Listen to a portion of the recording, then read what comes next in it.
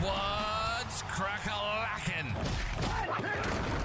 Welcome in to My Mind is a Weapon Fantasy Football Show.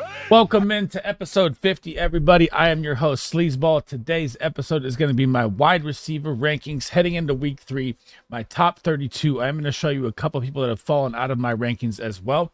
Before we dive into it, guys, make sure you hit that thumbs up, smash that subscribe button, turn that bell on so you know when I'm live. And if you have any fantasy football questions, period, anything, drop them in the comments. I will try to get to it as fast as I can. I can't thank you guys enough for the support, all the people listening on Apple and Spotify as well. It's been absolutely amazing. And let's dive into it here, guys. All right, guys, so this is my board. The baller tier at the top, tier 1, tier 2, tier 3, tier 4, tier 5 going down. And like I said, at the bottom here, we're going to have the injured players and the Rams, man. Cooper Kupp and Puka Nacua both look to be out.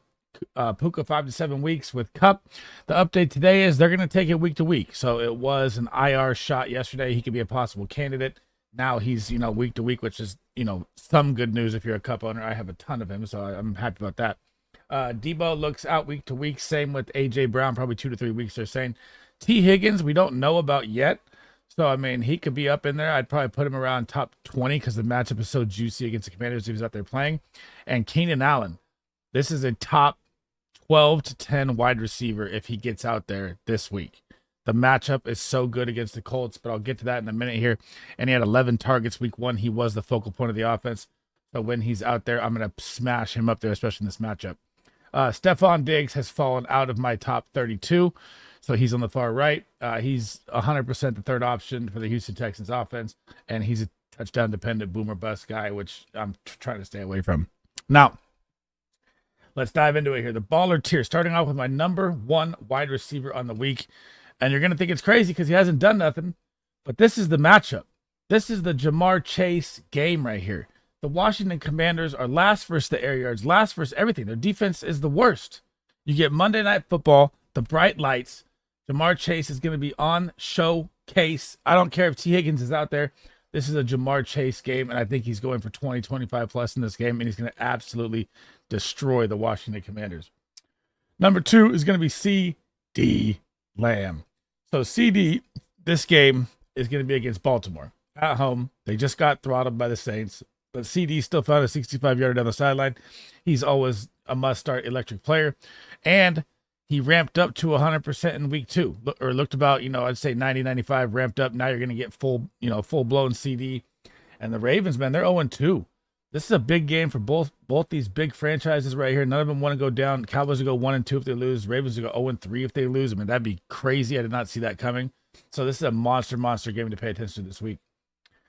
Number 3, just the best wide receiver in football, period. Stop doubting it. It's Justin Jefferson. He did get a little banged up, had a stinger at the end of the game versus the 49ers. He already had 22 points by then. He had a 97-yard touchdown.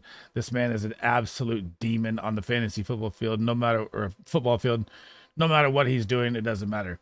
What's interesting, though, is he's only had 13 targets. I know he got injured in the game. He probably would have saw like 5 to 6 more, but I want to see the production pick up here target-wise for Justin Jefferson as well. Number 4, just got fed like a beast, but he got hurt. Amon Rodgers had 19 targets in week 2, guys. Nuts. And I'm going to talk about them both. So I'm going to go grab Jameson Williams also. And I have Jameson Williams at number 20. I don't want to just guess through right there. So if I'm on route 4, Jameson at 20. This offense, guys, is just, I don't know if it's sputtering. What's going on? Jared Goff can't find the touchdown plays here. I thought they were going to beat Tampa. They did not. But the interesting thing here in this game is not just the fact that they lost. It's the fact that Goff threw 55 attempts and no touchdowns. And the Tampa Bay defense was beat up. But plus side here for Jameson Williams, this is 20 targets over 2 games. That's more than Justin Jefferson by 7. Like I was just talking about. I need to see more targets for him. Amon-Ra had 19. And Jameson Williams, I'm done doubting the guy. I wish I had more best ball exposure of him. I wish I drafted him more. He is a flex play weekly. He looks absolutely electric on the football field. And I missed on this one. I cannot lie. Number 5, heading down here in tier 1. I'm going to scroll back down here. This is a big breakout game right here. Garrett Wilson. So for Garrett Wilson's case right now, so you look at week 2, you see the 5 targets, or I don't know what it was, 5 receptions, 5 targets, I believe. Let me pull it up here so I don't get it wrong here. Mid video, but he played Snead, and Snead is one of the best lockdown corners in the NFL. And then week 1, he had the 49ers and Aaron Rodgers' first game back, 40 years old off a torn Achilles, right? So against Snead, he still had 8 points. He still had 9 points in week 1. He had 6 targets, 4 receptions, 57 yards. So 17 targets over 2 games. But you had 2 monster matchups. Now you get the New England Patriots, who were just thrashed by DK Metcalf and Jackson Smith-Njigba for massive yards, massive targets. Thursday Night Football, Aaron Rodgers under the bright lights. I expect Garrett Wilson to see 10-plus targets here and 100-plus yards in a TD in this game. And I'm going to be one of the crazy ones that ranks him this high because he is this good. Number 6, he has arrived. Maserati Marv is here, guys. All that nonsense from week 1, Kyler, it's not my job to give him the ball. The first thing he does is give him 30 points in the first 5 minutes of football. And Marvin Harrison's going nuts. All the owners love it. Now, you get the Detroit Lions, who were just gashed by Chris Godwin and Mike Evans. And if you, want to look at this game, this could be a high scoring game here if Arizona can keep up. And James Conner, Kyler Murray, and Marvin Harrison look locked in. That week 1 blemish is over. They're ready to roll now. I know they got the Rams that were beat up last week, so you could say that if you wanted. But Marvin Harrison looked all the bit of the pick he was in the draft. I mean, he looked insanely good, man. Heading out of tier 2. I'm sorry, guys, if you sat Nico Collins, because I said to last week. I thought Jalen Johnson would play him better at corner for Chicago. Nico dominated the game. I mean, this guy's leading the NFL in receiving yards. I was wrong. Nico Collins is a must-start, always wide receiver. I will eat that. I'm still worried about the target share. You still got Tank Dell and Diggs, but man, he looks the part. He's the wide receiver 1 there. He's the alpha, and he's a start weekly, and I wish I had more. Number 8 this one's gonna surprise you too. Brandon Ayuk now. So now you have CMC on IR, you have Debo down, and Brandon Ayuk gets the Rams. The Rams. We just talked about how Kyler Murray and Marvin just shred him for 30 points in 5 minutes. This should be a Brandon Ayuk Kittle game right here. I mean, he should absolutely feast. I'm going to put him in my top 10, which people think are crazy because he hasn't produced yet. He wasn't at camp. He had his holdout. He got paid. It's time for Brandon Ayuk to show up, and that time is right now. Number 9, Rashee Rice, man. All this guy does is just produce, no matter what. I don't know if it's that Travis Kelce is not playing football anymore or what's going on there, but Rashee Rice is dominating fantasy football. I mean, and here's what's crazy. This is what you have to look at. This is how limited and how good this man is, right? So if I pull it up right here, right? Let's go Rice. Okay. So he hasn't even played at alpha wide receiver 1 numbers yet, right? So that would be like 97% snaps, 100% snaps like Cooper Kupp. He doesn't even alpha it. He plays about 78 to 80% in games, right? So he's got 15 targets, 12 receptions, almost 200 yards and a touchdown already. I mean, and all the offseason stuff that was happening, the car accident, the hit and run, the shooting at the school, all that somehow just got swept under the rug by the NFL because it's the Chiefs, whatever you want to say. And this guy's balling out, and he's probably one of the best values you could have got if you drafted early and it was late value. I mean, this guy is an absolute stud wide receiver 1 weekly. Here we go, boys. Number 10. And just remember, I told everyone that Chris Godwin is going to outscore Mike Evans this year. And my goodness, is Chris Godwin arrived on the scene, baby. This guy is playing out of the slot. He's unstoppable. Baker is feeding him targets, and he doesn't drop the ball or miss a catch at all. Like, you have to see these numbers. So right now, through 2 games, he's wide receiver 1 overall in fantasy football, 25 points and 18.3. He has 16 targets, 15 catches. Think about that right now. And he also has 212, like right behind Nico Collins, 212 yards, right behind him, 2 touchdowns, touchdown a game. Now he gets Denver, and we're going to talk about the other one while I'm out of here too. This is why I have Mike Evans lower, and this is why this is a smash Chris Godwin game. It just depends if they blow him out too fast, right? So I'm going to talk about this one for a minute here. So you get Mike Evans on Pat Surtain. Now, what you want to do here is you want to go look up DK Metcalf's numbers in week 1 versus Pat Surtain, and then you want to go to week 2 and look up George Pickens' numbers versus Pat Surtain. This man's held every wide receiver under 40 yards this season, although you could say Pickens had a bomb that had a flag called back for. But, that's like vice versa on both because the quarterback could have been sacked without the flag. You don't know. So now you get the number 1 corner, I'll say number 2 corner behind Sauce up against Mike Evans. And you get Chris Godwin across the slot who's just going to absolutely destroy Denver. The only thing I'm worried about is, like I said, if the Tampa Bay Buccaneers just get up like 21-3 at half or something, and then the passing volume slows down a little bit, that is a worry. You'll probably see more Rashad White or Bucky Irving. However, they want to split up the role there because Rashad White's a little banged up. But I mean, I wanted to drop Mike Evans even lower, but it's Mike Evans. But he's in for a tough battle against Pat Surtain. Number 11, Declan DK Metcalf arrived on the scene against the Patriots. I even thought I called it a spicy start last week because Christian Gonzalez, the corner for the Patriots, kind of locked up Jamar Chase week 1, and DK Metcalf absolutely just ripped him apart. And if you're looking at this Seattle offense, man, this is gonna be electric. Like, they're just getting in the rhythm with Ryan Grubb's system. Mike McDonald coaching a gym on the defensive side of the football, coming from the Ravens. He knows the schemes. And man, this playbook and the way they get DK and JC's in open is going to be a nightmare to stop. And DK, if you can buy him right now, I mean, I had him as like the top 7 receiver to start the season, and then everyone thought it was too high. He's about to explode, guys. This guy's a freak of nature specimen that cannot be stopped, and you got to start him every week, no matter what. And that's why I'm giving Pat Surtain so much credit for week 1. Number 12, Chris Olave. So Chris Olave got game scripted week 1 and kind of got game scripted week 2. I mean, who thought that the New Orleans Saints would come out and score 90 points in 2 games combined? Absolutely no one. Who thought that Derek Carr would be QB1? Absolutely no one. Who thought that Alvin Kamara would be running back 1? Absolutely no one. Well, I was really, really high on Kamara, but I didn't have a running back 1. I mean, that's for sure. This offense is on a different level. Clint Kubiak, offensive coordinator they brought in, is just working absolute miracles. And man, they get the Eagles secondary. Eagles secondary is super young. You saw Kirk Cousins light it up kind of late. I mean, Kirk Cousins still doesn't look like he's fully back in the game. But man, I think this is a big game for Chris Olave here. I want to talk about Rashid Shaheed while I'm at it, because he is now into my top 32 list.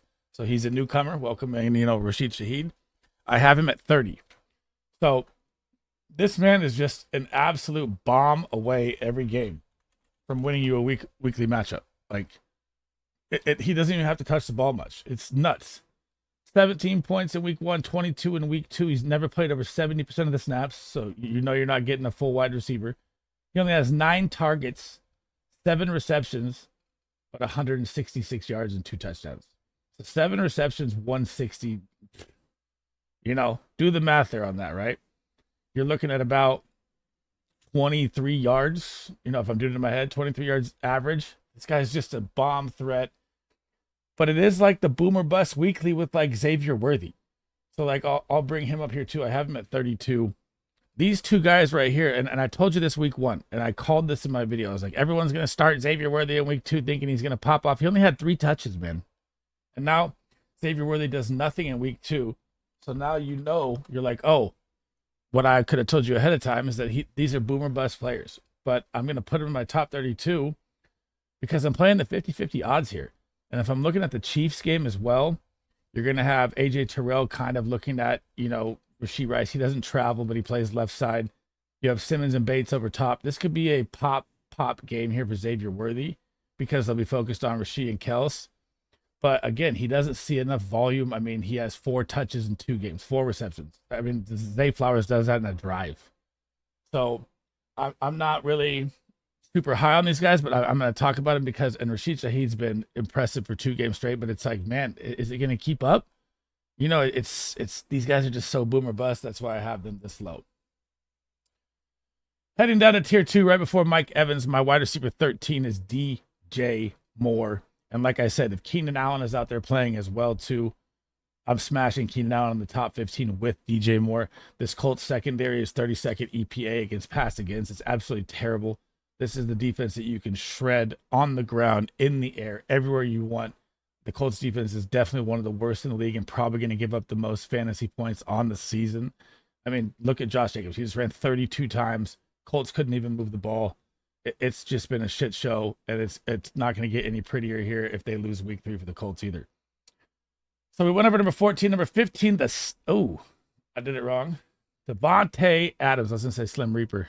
He's not here yet. Now, Davante Adams is that guy that I was talking about in the season that people are going to think he's old and he's not going to get the same draft capital and not going to get the same target share and blah, blah, blah. Man has 18 targets. He's averaging 9 targets a game. He's still at a 30% target share for the team. It's unbelievable value. He already has 169 yards receiving and a touchdown. He caught kind of the go-ahead touchdown for the Raiders against the Ravens last week. Big comeback. And now he's going to get the Carolina Panthers. And I just saw Quentin Johnson score 2 touchdowns against them. I think Davante Adams could do it. But my problem is I think they're going to pound a lot of Zamir here in this game. Because if you watch Coach speak English, they just talked about how they want to give Jameer 20 touches in this game. So if Davante doesn't score early and the Raiders get ahead, which I don't know how much the Raiders really can get ahead, if they do, it could be a less Davante game, but I still think Davante is a smash play this week. Number 16, this hurts. This pains me. We're going to do them both. So I have Tyreek Hill at 16 and I have Jalen Waddle at 25. And man, Tua decides to go head first when he could have slid. He already had the first down. Now his life and his career, and I prayers up to him, but man, he's had 4 concussions in 2 years. This guy's just not good. And he's trying to come back to football. They just placed him on the IR today. I saw that update. But what are we going to do with Tyreek Hill and Jalen Waddle now? Like Skylar Thompson, and they bring in Huntley. I mean, Tyreek Hill is such an electric talent. For me to rank him this low, it just hurts my heart. Same with Jalen Waddle. But I just don't know how it's going to look with Skylar Thompson. I mean, you're going to start them because they're big name players and you're going to think it's a great start, but it honestly could go really bad. I mean, Seattle's secondary is very good. Mike McDonald, like I said earlier when I was talking about DK, is a very, very, very smart defensive-minded coordinator from the Baltimore Ravens. Is not the head coach. And I don't know, man. Like I said, it pains me ranking him this low. I haven't seen Skylar Thompson yet. I think it's gonna be really rough, man, in game 1. The Slim Reaper is coming in at number 17. Man, he looked good, dude. He looked really good on Monday Night Football. I didn't think he would even get the amount of volume that he got with AJ Brown out, and he handled it very well. So I moved him up a lot of my tiers. I had him, I believe, at like 25, 26 last week. And I think he finished right around 25, 26 last week, or the wide receiver. I don't know what it was last week. I think it was like 27 or something with 11 points. But he went from 8 targets week 1 to 10 targets week 2 and had 7 receptions in both games and has 170 yards and a touchdown. And he caught a great catch in the back of the end zone, got his feet down, looked great. I may have been a little lower on Devonta Smith coming into the season than I should have been, but there is an AJ Brown injury that is, boosting his value right now as well too. So he's going to be out probably another 2 to 3 weeks. We don't have the official update. It says out a couple weeks right now is what I'm seeing.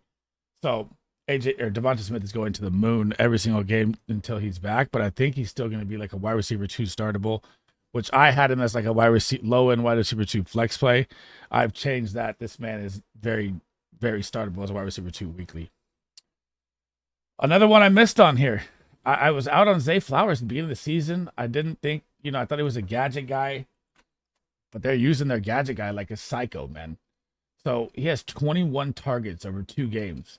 Obviously, finally got loose a little bit in week 2, did nothing with it in week 1. Only had 37 yards on 10 targets, 6 receptions. Game 2, he had 91 yards, found the end zone as well. And you get the Cowboys now. I mean, I want to just fly him up the board because look at what the Saints just did to the Cowboys. I mean, Olave destroyed him. Shaheed destroyed him. Kamara even destroyed him through the air with like a 65-yard catch. This should be an absolute smash Zay game. It's like just for me, it's still like a bias thing. Like he's working his way up on me, man. Like I had Zay at like 28. I was wrong last week. I've been wrong since week 1 on him. He's seeing more volume than I ever thought I'd see him see, and impressive, man. I'm throwing props at Zay Flowers. I moved him up finally. Number 19, Malik Neighbors. Malik Neighbors, guys, is literally the wide receiver 2, I believe, in fantasy football right now in total points. Is this correct? Am I reading this right? I might be. Oh, never mind. Sorry. Number 2 at the most targeted wide receiver. So wrong on points there. So him and Amon-Ra are tied for second at 25 targets. Insane, right? Why is he seeing so many targets? Because the Giants are always down every game, and they're going to be down every game. The problem is how many of those targets are going to be on target. So if we're looking at rates right now, right? He's got 25 targets, 15 receptions. So literally like 60% of the balls he's catching are catchable because Danny Dimes is terrible. But with that kind of volume, either way, I mean, if you're seeing 12.5 targets a game on average, bad targets or not, this is something you want to buy. This is value you want. This is just a bad matchup here. You get the Cleveland Browns. The Cleveland Browns are nasty up front. They're nasty in the middle. They're nasty in the secondary. Neighbors is going to be heckled in this game. And I almost like took him out of my top 32, but God, the volume is just too good, so I couldn't do it. Heading over to number 21, Drake London finds the game-winning touchdown to beat the Philadelphia Eagles, but still, it's just like Kyle Pitts. I mean, I'll get to him in my tight end video. Still, 10 targets in 2 games. He's averaging 5 targets a game, 8 receptions. He hasn't even eclipsed 100 yards on the season yet. I mean, Jameson Williams has more yards than him in 1 catch, if you want to think about it like that.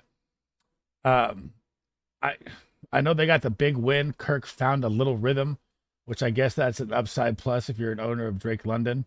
But I need to see more targets, man. I need to see more volume here. I mean, I hate to say it, but I'm looking at a sell high right here off that touchdown if I can.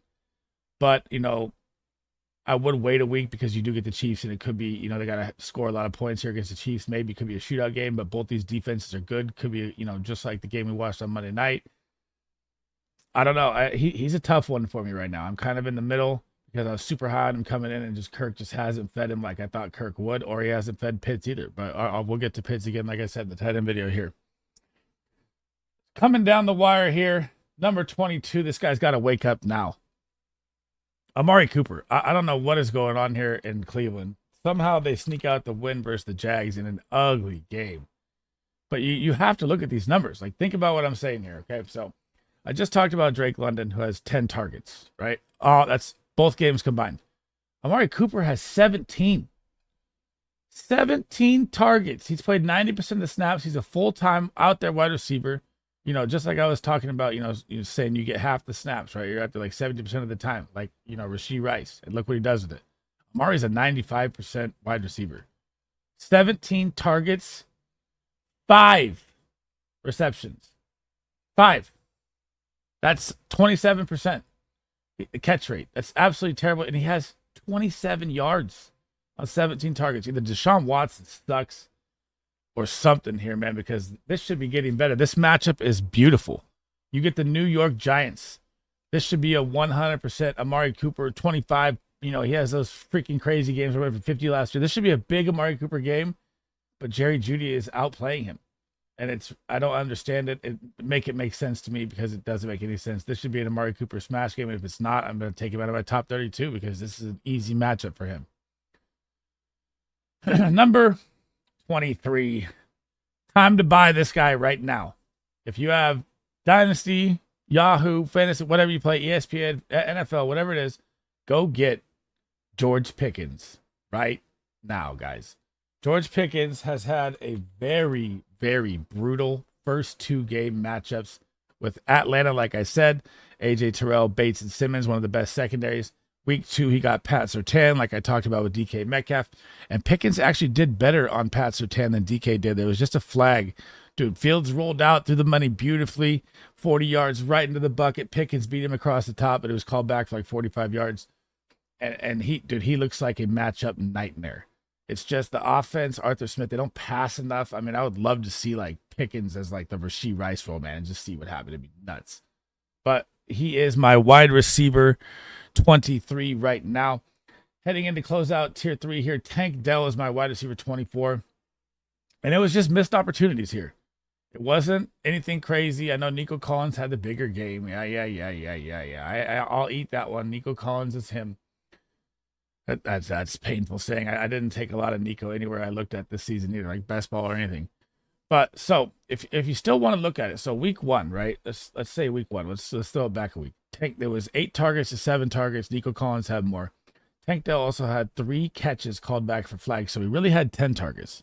So Tank Dell was really the focal point in week 1. Then you go to week 2, and Nico Collins had 10 targets, and Tank Dell had 4 for a negative game script. He got caught in the backfield, but he also missed a catch across the middle, like he tripped his feet up, dropped it across the middle, missed a deep bomb. This is a super buy low for me right now. If you can go get Tank Dell, go buy him now because he's going to get force fed, man. And I know Nico Collins is still the one. I'll accept that, but I still want all the pieces of Tank Dell I can get. Heading down to tier 4, we talked about Jalen Waddle. This is the guy right now I'm going to bring up as I got the hiccups. Oh, you guys should be targeting everywhere you can, just like George Pickens. Brian Thomas Jr. This man is an absolute wrecking force. It's unbelievable. If you can buy low with anybody you think that's falling off your roster right now, or anybody that's making you nervous, because Brian Thomas is about to explode onto the scene if he hasn't already. So he's only had his 12 and 11 point games, right? So owners are still like, he's there, he's not there, he's still buyable. I don't want to sell him yet. This is the time to go get him now. They're going to play Buffalo Monday night, Houston. They're going to be playing from behind.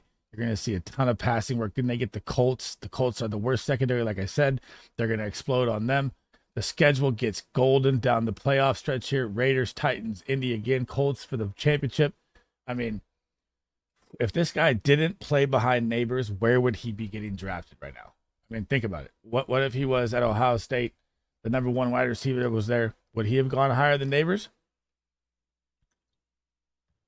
I don't know, man. He looks damn good. Neighbors is obviously amazing as well. And so is Marvin Harrison Jr., but these 3 wide receivers are absolute studs, and I'm trying to buy him everywhere I can.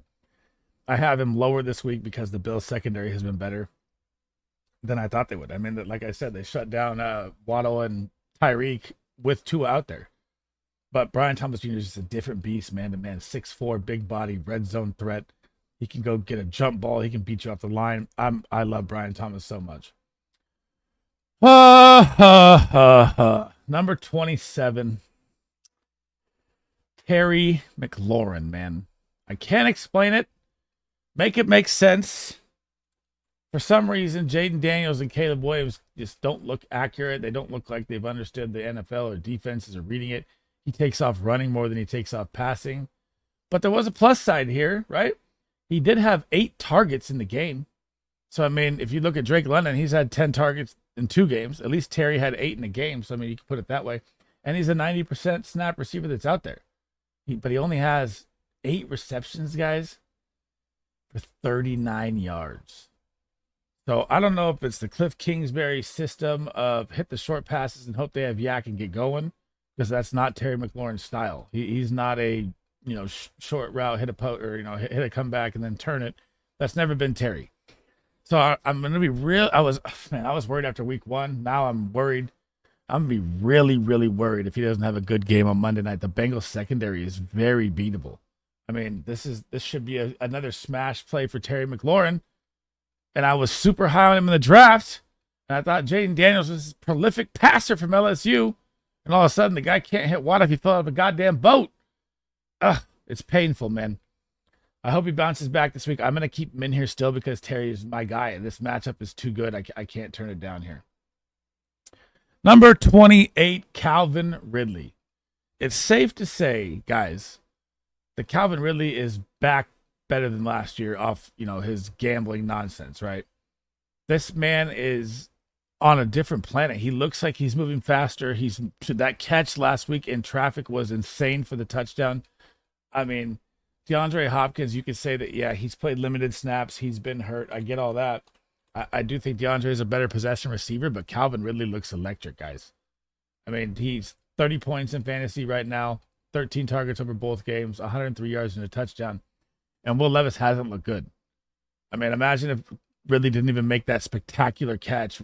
Dude, Will Levis would probably be in the shitter right now. But they've also had two very tough matchups. You got Chicago, a top 5 defense, and the Jets that came in as a top 5 defense. I don't know if they are anymore. You know, they need to get Hassan out there and get that figured out. But, man, they get the Green Bay Packers here. This should be a big Calvin Ridley game. I don't care if Jair's out there, whatever it is. The Packers won't be able to move the ball like that like they did against the Colts. Colts defense is so bad they ran it 52 times. You can't run against the Titans. They have a very good defense here, and they have a very good pass D. So I think this is going to be a smash Ridley game. It just depends on what kind of Levis comes out. Heading down to tier 5 here, Michael Pittman, man. Is it time to fire sale? I think so, guys. His draft value was just so high. I mean, how do I explain this without bashing my guy Anthony Richardson, right? Anthony Richardson looks inaccurate as hell. I mean, it doesn't look good. He can't hit a short route. Where Anthony Richardson has been thriving is the deep ball, and that is not Michael Pittman's specialty. He is a possession receiver. I mean, he might be seeing like 6-7 point game weekly with touchdown dependency with how it looks right now. But again, if you get Joe Flacco in there slinging it, I will put Michael Pittman way back up the board. But right now, with Anthony Richardson, I mean, look at his numbers. So Michael Pittman has 8 points in 2 games. He has 7 receptions and 52 yards. That was like a single half last year. 7 receptions and 52 yards. This is not the system. It is Steichen's got to figure it out. It is not working well here for Michael Pittman. And they're about to get Josh Downs back too. So this may be like, you can't even really sell high, but it may be sell time period on Michael Pittman. And I hate to say it because I'm such a Michael Pittman fan. It hurts. Heading to the next one here. 31. And man, this one I would move into the top 15 depending on the news with Jaden Reed. So right now, Jordan Love is battling to play week 3. He was even battling to play week 2. Doctors held him out, which of course, if you saw the knee he took in Brazil on Friday Night Football, we thought he was out for the season. And all of a sudden he's, looking at a week 5 return. And now last week we got that he might have played in the game.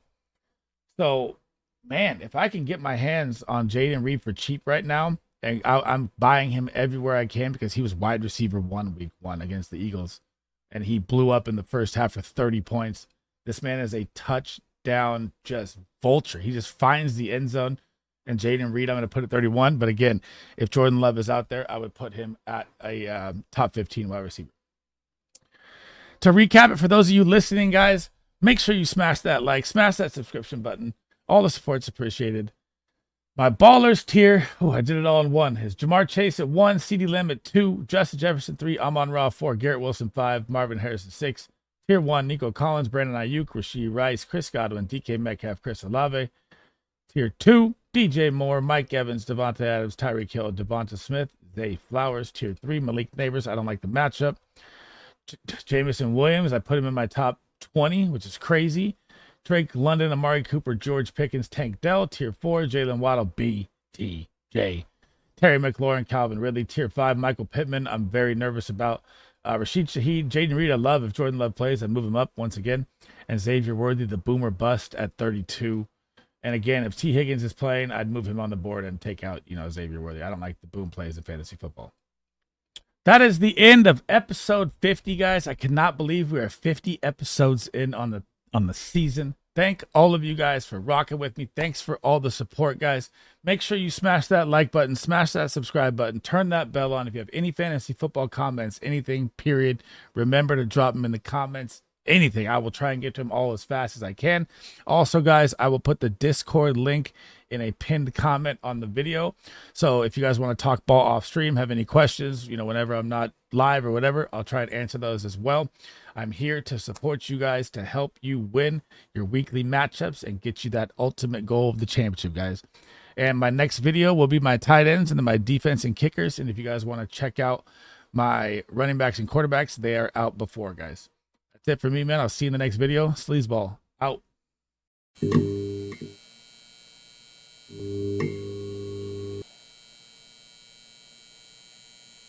You